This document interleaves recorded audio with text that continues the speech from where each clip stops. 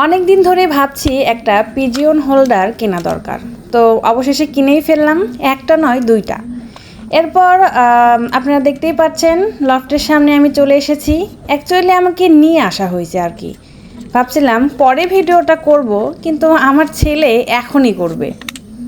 আপনারা দেখতেই পাচ্ছেন আমার বেবি বয় আমাকে হেল্প করছে এই মুহূর্তে। ও খুবই এক্সাইটেড হোল্ডারটা দেখে। টুকটুককে হাতে নিয়ে বসে আছে হোল্ডারে আটকাবে বলে। টুকটুক ভয় পাচ্ছিল, যার কারণে ও ছোটাছুটি করছিল।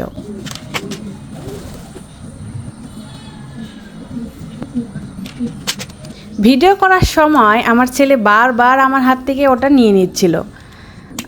তো যাই হোক, আমি এবার টুকটুককে ভিটা বলি খাওয়াবো। আমি আপনাদের খুলে দেখাই, এটা এই রকম দেখতে।